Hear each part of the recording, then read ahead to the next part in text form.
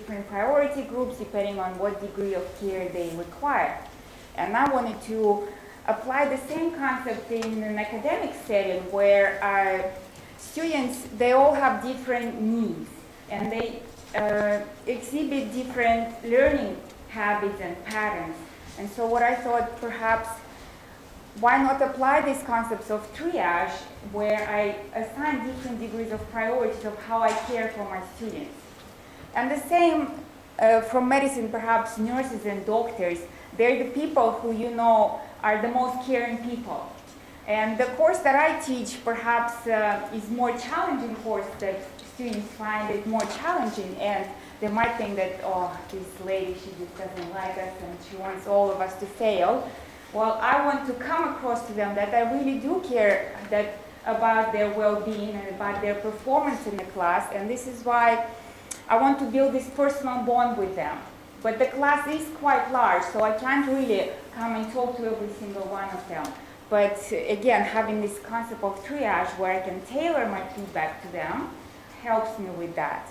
So how can I do that? Well, whether you realize it or not, but we're all using e-learning, and Canvas is our learning management system.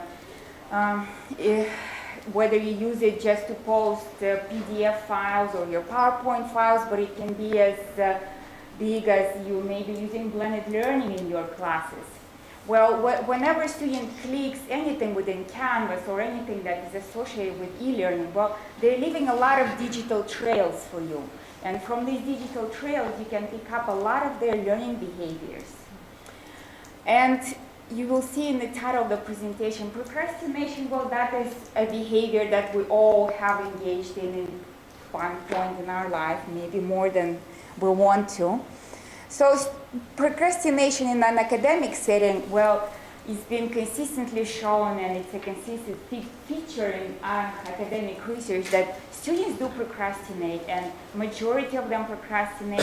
At least 50% of students procrastinate consistently, and it's been demonstrated in the literature that it affects their performance negatively. And not only it affects their performance, it affects their well-being. It makes them stress, it affects their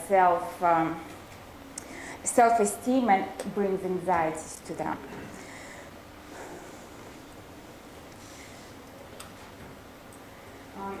Data mining, this is something that you would have heard from commerce. A lot of companies would use to analyze data from their customers. Say you go to Countdown and swipe your one card. Well, that's a lot of data coming for them to understand patterns of shoppers, and then they can, if they understand that, they can drive their sales and increase their profit.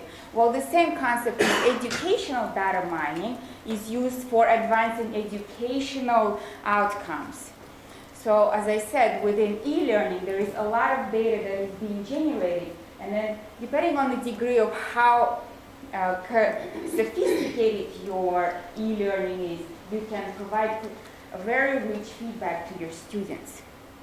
Well, for me, being a researcher, I wanted to first to use it just for me to understand, do students procrastinate? Maybe my students were special and they didn't procrastinate. And if they did procrastinate, did that affect their learning behavior?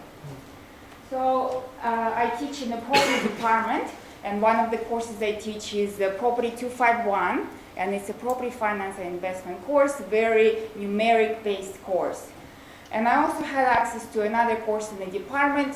I do not teach that department, but I have data from this course. It's Property 251, building construction. Very different course in its nature, where really students learn concepts, they memorize them, and then you would maybe perceive it a bit easier than my course. Both of these courses enrollments around 100 to 150 per class, and I've had data for the last 3 years from these courses, and 692 enrollments. In both of these courses, we're using blended learning. So students acquire knowledge at their own pace, wherever they want to do it, at home, at work, at the university. So they watch online videos where it's just typical what in a traditional lecture they would receive from me, just transfer of knowledge.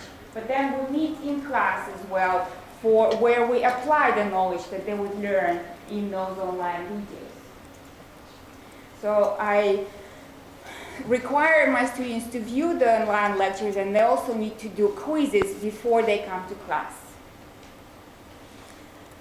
So this is just an example of some of the data that I capture when they are viewing the lectures. This is something that is, I use online lectures that Canvas would not be able to capture this level of richness within the data.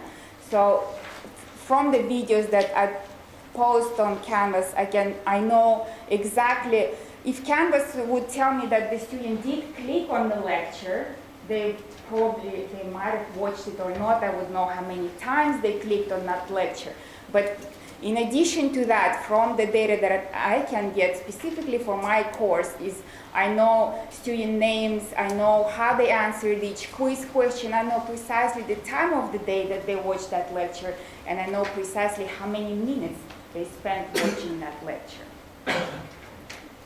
So for me, because I do e-learning and blended learning, there is some issues with that, and that is definitely that, well, on one hand, you give flexibility Excel as well. It's really taking data from Canvas and doing a bunch of conditional statements and tailoring your messages to students based on certain patterns. Say the students who achieve below average grade on their test. I select those students and I send a big mail out to those students. And it does work. Students do actually genuinely believe that it's me typing an email to an individual student, whereas it was really just a big mail out. But it does help them build that connection and feel that you are perhaps more genuinely caring about them. So just an example of if you do want to use OnFast, and I'm not from ISOM, I can't use the technical words, but there is this tool that strips data from Canvas. It's Tamper Monkey, and if you install Tamper Monkey within people on Canvas, you get this additional option, and that is to access data from Canvas. And there is data within that report. You'll get all kinds of data from Canvas, and you can know when was the first time they accessed something, when was the last time they accessed, how many times they've accessed it, how they engaged with it.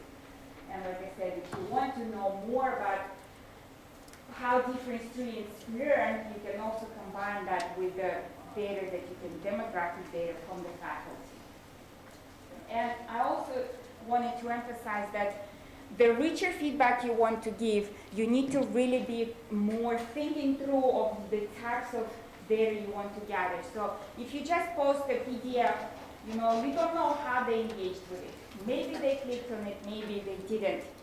So it's really then thinking more deeply. For example, if you give them videos, don't just dump all of the quiz questions at the end. Make them pop out after you explain just the first concept, so that you know that they weren't just tuning out during the video or just pressed play and went and did something else.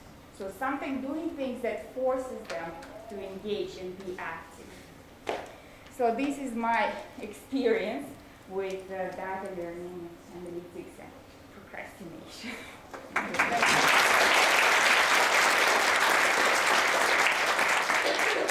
We've got a student panel waiting outside. While they come in, would you like to answer a couple of questions? Thanks. Any questions?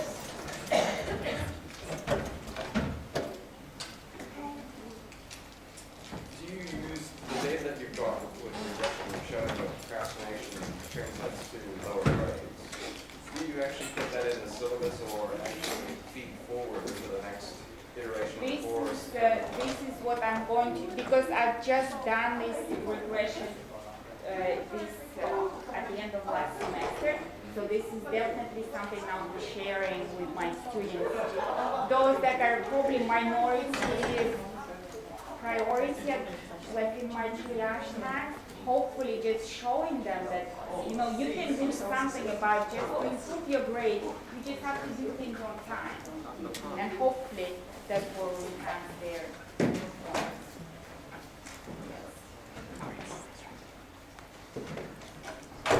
One more quick one.